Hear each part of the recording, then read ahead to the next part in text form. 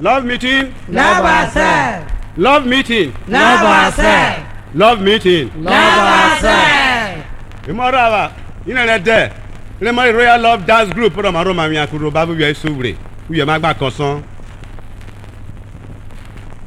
Amla Maria Baro Kwari Muraria Bobi Kobaba Lambo.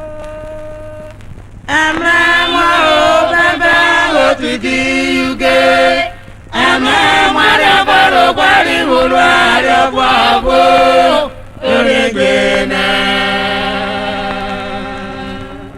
Oshawara Datina Boy. Igagere Onire nile Baria bario mabegede Irere ragare Dele rudi awani na waje Bara yoni egbiborina Oshawara Datina Boy. Igagile nile nile Baria bario mabegede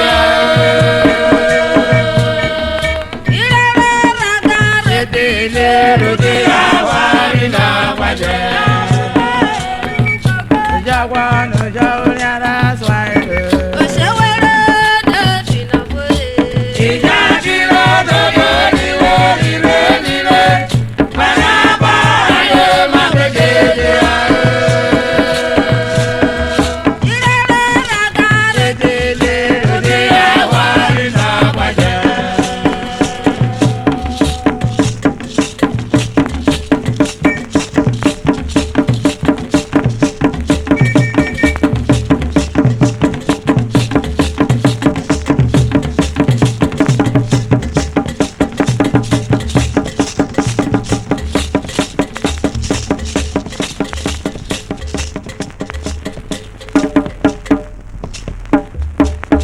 Oshawara Datina Boy. Geba mudu kigago. Onye mari la woko nya egala Kudwe memere broni Geba mudu mama nana. Ayi patron yoro ni woni Onye mari la wuka meramo Ameramu ye vunere kuko ke bioma Geba mudu kigago. Onye mari la woko nya egala Kudwe memere broni Geba mudu mama nana. Aye patron yoro ni woni Onye mari na buka meramo Ameramu ye munare kupo ke bioma Petroni rarapa. Ona eyo rami yaruro Eni yarogo era isugre kunwe ipogo Petroni rarapa. Ona eyo rami yaruro Eni yarogo era isugre kunwe ipogo Meye gara mami gado. Ijagyo isemanyo Tawene yarokpa o Abi ekikaraki o Tenere koganaza Udwere aborere bronina o Enikwe garo ni wono le jam yakuye Edeni nerene o Meye gara mami gado. Ijagyo isemanyo Tawene yarokpa o Abi ekikaraki o Tenere koganaza Udwere aborere bronina Enikwe garo ni wono le jam yakuye Edeni nerene Amone mama nene. Onyise le di ori labu woni Tare nure o yarokpa O segudu kemusi o O megbere na ne yori aragono o Ewu yene o Amone mama nene. Onyise le di ori labu woni Tare nure o yarokpa O segudu kemusi o O megbere na ne yori aragono o ewu yene Memela sinu anane atara doko na yu meseme gbefwe ke yaro pa o Rebeka kora nyogani igodi goru koni kaju gina bole muroni aba o magbere na na yoni aragono ne ewu yene Memela sinu anane atara doko na yu meseme gbefwe ke yaro pa Rebeka kora nyogani igodi goru koni kaju gina bole muroni aba o magbere na na yoni aragono ewu yene Ilabu ma eru koko. Jawano jawni ara soire Shewere do chinawe Kegba mudu kigaga le mari na wo konya egola Udwa memere broni Kekpa mudu mama mrena Ai pata nyerori wono Oye mari na buka Ameramu yeru nare kupo kebioma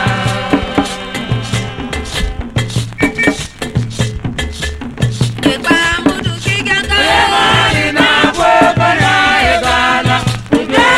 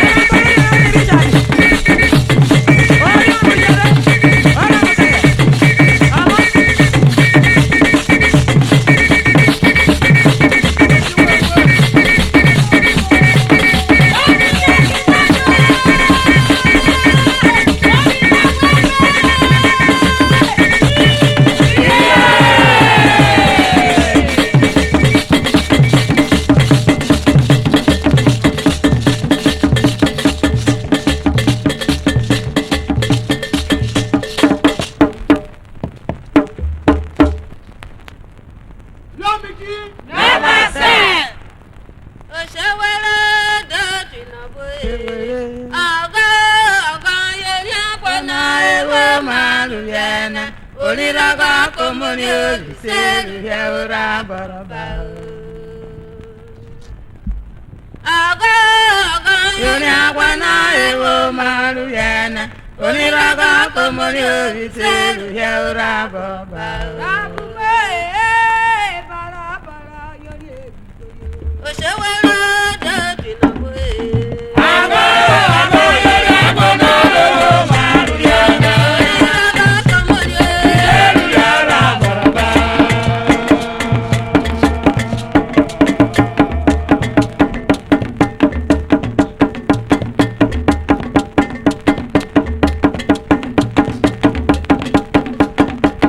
òṣèwéré dòtí náà bóyè.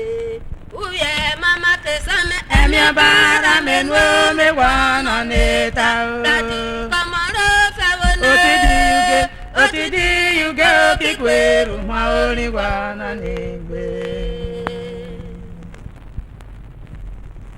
Uyè mama kẹsàn-án Ẹ̀mí ọbaara mẹ́nu omi wọ́nà níta.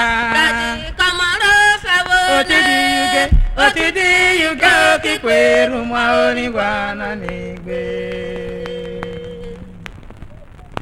Dàdí kọ́rọ́ mi nẹ́nẹ́gí Ọwọ́ ma bọ́ kẹyẹ náà ti fòye kánà nà méje mẹ́nà.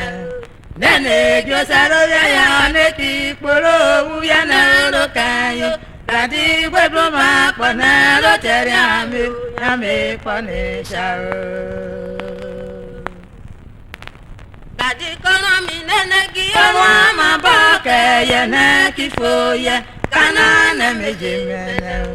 Nene josero yeye aneki kporo owu ya na oro kanyo Dadi gwedu ma kpana o tere ami o ya me kpane sha o. Ìbradí rọ̀pọ̀nrẹ́rẹ́ Orere kile oyoji nene yari kabaro tu ekiya Aya kpekuse nibe ewu ya na ohana daro kanyo Ujà rẹ̀ rákẹ́rẹ́ ní Isisi dana ibrade kene o. Ìbradí rọ̀pọ̀nrẹ́rẹ́ Orere kile oyoji nene yari kabaro tu ekiya Aya kpekuse nibe ewu ya na ohana daro kanyo Utare rakera isisi dana kene Ìbradí màmá mẹ́nà Ona kama rara rutoro Ayara barati womura Ara barare yare na yara na mo Evi womune ajera badi moto Ono bolo yeri yo kikweru mwa Ina wegbene Ìbradí màmá mẹ́nà Ona kama rara rutoro Ayara barati womura Ara barare yare na yara na mo Evi womune ajera badi moto Ono bolo yeri yo kikweru ina wegbene Dúró kudumu náà. Lume tayo meriri brandi Brandi uromunu kewu kire fudu Ebelo igwelo nyere beba ya uye Jagwano shaoni ara swaire Ṣẹ́wẹ́rẹ́ dòtí náà bóyè. Lule kudumu no lume tayo meriri brandi Múnú ẹ̀wọ̀. Oniro kudumu igwelo nyere beba ya uye Wara yori ejigwenina Ṣẹ́wẹ́rẹ́ dòtí náà bóyè. Lule kudumu no lume tayo meriri brandi Múnú ẹ̀wọ̀. Oniro kudumu igwelo nyere beba ya uye Ẹ̀dùnmẹ́ ẹ̀rù gbogbo. Jagwano shaoni ara swaire Lule kudumu no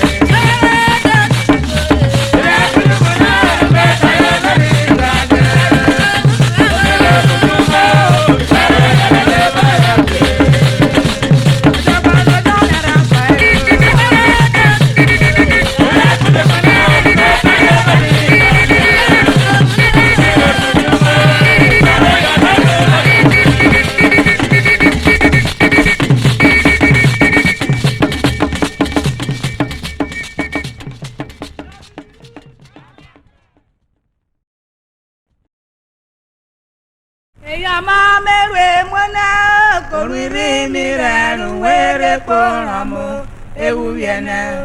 Màmá mi dìde, màmá kẹ́rì dáná rẹ̀ màrẹ́ náà. Orin náà bó bẹ́rẹ̀ yẹn kàtà rọ̀dọ̀ yorin àẹrẹ o. Gbé mo fi orin hàn lójú mẹ́jà mo edele. Màmá mi dìde, màmá kẹ́rì dáná rẹ̀ màrẹ́ náà. Me koyuri nakaya, aramoto me koyuri nakaya. Agwa baye we brudu na, aramoto me koyuri nakaya. Ije kapu pe mi bleu, aramoto me koyuri nakaya. Je kapori kara kelio ko wanyo nyatana. Erawa kerara navo ukimbo kwisha maneru ya marwara aya bugeni na ubya isugre kona yu kwesuna de kapo aramo tame kanyoru nakaya aramo tame kanyoru nakaya Aramoto me kayoni nakaya. Agwa baye we bludu na. Aramoto me kayoni nakaya. Le papu pa me bleu. Aramoto me kayoni nakaya. Le kapori kala kele ko wanyo nyatana. Erawa kele marina ko. Ukimbo kwisha maneru ya marwala. Ayabu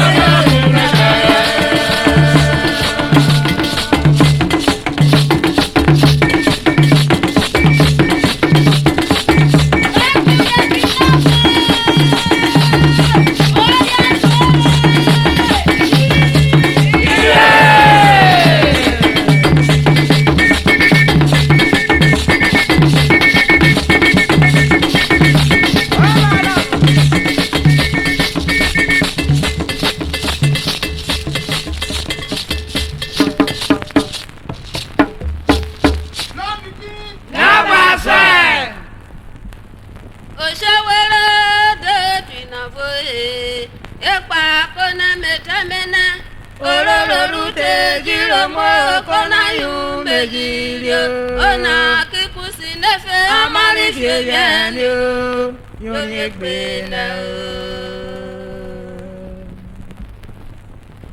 Ipa kona metamena ororo rute jiro mo kona yu mejiri o. Ona kikusi nefe amari fieyani o yoni gbena o. Ifere yusi nefe unu aworo uyana rokayo bia Yesu gwemene yere maru unu aworo yana yeru rwari esirio yori gena. Ifere yusi nefe unu aworo uyana rokayo bia Yesu gwemene yere maru unu aworo yana yeru rwari esirio yori gena. Usi nefe mama nene kore kore arare ka kurogo iye ni me bofo mu mara onuye bameti na ye kunwe radio yotono ne amoya matomu ye saru usi nefe roso itani fono yotono nọ ne ọya benu si gọọmenti were arịrị ụtọ nọ na-ekpefe ụra onoro lewa bori oru meghị olira ọ na-ekporo sekeni were gọọmenti ekpona ya meyeri piere arịrị ụra ọhịa si na-efe na mmanụ gọọmenti o tomu ya egwure usi nefe mama nene kore kore arare ga kurobo iye n'ime bofo mu mara ọrụ ya gọọmenti na ya kunwere arịa oyọtọ nọ ne amụ ya mato mu ya sọrụ si nefe roso itanifo n'oyọtọ nọ ne ọya benu si gọọmenti were arịrị ụtọ nọ na-ekwefiere ụra onoro lewa bori oru meghị olira ọ na-egboro zakeni kwere gọọmenti ekona ya meyeri fiere arịrị ụra ọhịa si na-efe na mmanụ gọọmenti tomu ya egwure ọkekwari niile isi fitere obi se ya kobraro kwamo ijo ya rọkpa chifia mụrụ rega bọjọ usi nefere netura ya kobruke eyo na akaro nwa shane meri gọọmenti nu ya usi nefo ya kwa nwa gbagbre ọhịa si nefe na mmanụ gọọmenti o tomu ya egwure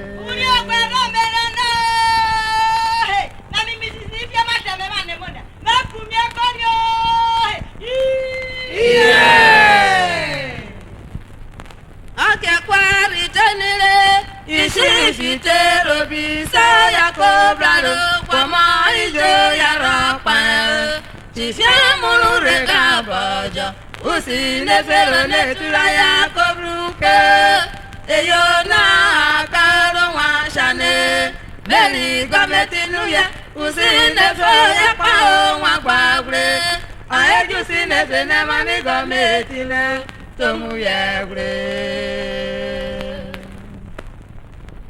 chifio obodo mi guno usi nefo ya grimotova oye kpọbifa kadosi uye tarịra bibia kuwa ikpe tiri dị ga-agarewo kana ishishi dani peyero kenihe okifa kadosi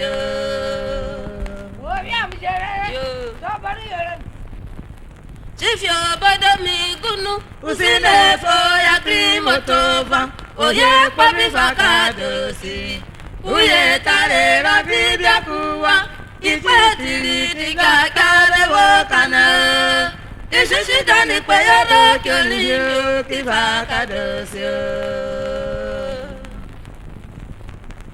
onu buru ya waniru meri oriwa oyi gọọmenti oga nenera mọrụ ya mọnwa sene sọrụ si neferoso arụpeni oge ya rọdare ma ya reme na kpekwari ganọrị nọ ya rọne usi na-efe omebe nwakwa ịbasanere ya bụrụ na-ekwu ya marụ n'okpekwari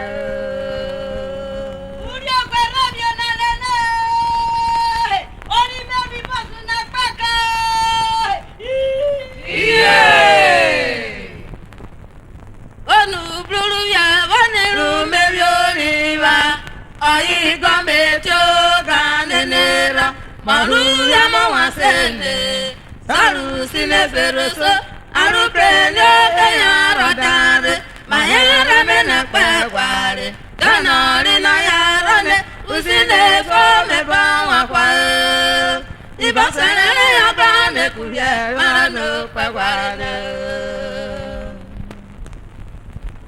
sinefe mama mena eyerigbe unu kona ya yero ewe kpamikoko n'iruora gwara ewo fanyu wero sinefe ronekore mama nwere obo ora ishishi danuri ya ba nekehu amụnwara gbanwe sinefe mama mena eyerigbe unu kona ya yero koko ni rọra kwara boko bayu welo sine sero ne kore mama wera baba ora isushi danuri yaba ne kaho ama wara bawya ipa kona metamene ororo rute jira mo kona yu mejirio usina fagwa tejirio ala mo papa maru ya wonu ruwana kaya ipa kona metamene ororo rute jira mo kona yu mejirio usina fagwa tejirio ala mo papa maru ya wonu ruwana kaya Iseru ya ne ya mufi akaya. Iseru ya ne ya mufi akaya. Usine fagwa ko biro Iseru ya ne ya mufi akaya.